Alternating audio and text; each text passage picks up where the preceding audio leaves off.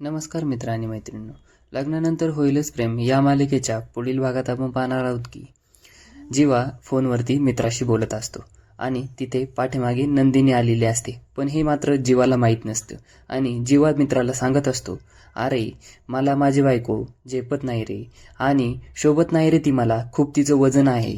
या बाबतीत माझा पार दादा खूप लकी आहे, त्याला मात्र भेटली चांगली. तो म्हणत असतो, माझं ना नशीबच खराब आहे. पण हे मात्र सगळं नंदिनीने ऐकलेलं असतं आणि ती मात्र रडायला लागलेली असते. तर दुसरीकडे पार्थ आणि दुसरीकडे काव्या मात्र तयार होत असते आणि तयार होताना ती बोलते, बरी दिसते ना मी.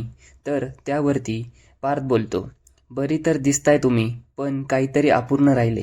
तर हे ऐकून ती विचारते, काय काय झालं, काय अपूर्ण राहिले. तर पार्थ मात्र त्याच्या खिशातनं एक गजरा काढून काव्याला देतो आणि काव्य मात्र हसू लागते आणि खुश होते. तर ह्या दोघांमध्ये तर आता खूपच चांगलं चाललंय. आता पुढे काय होणार हे पाहण्यासाठी आपल्या चॅनलला सबस्क्राईब नक्की करा. धन्यवाद.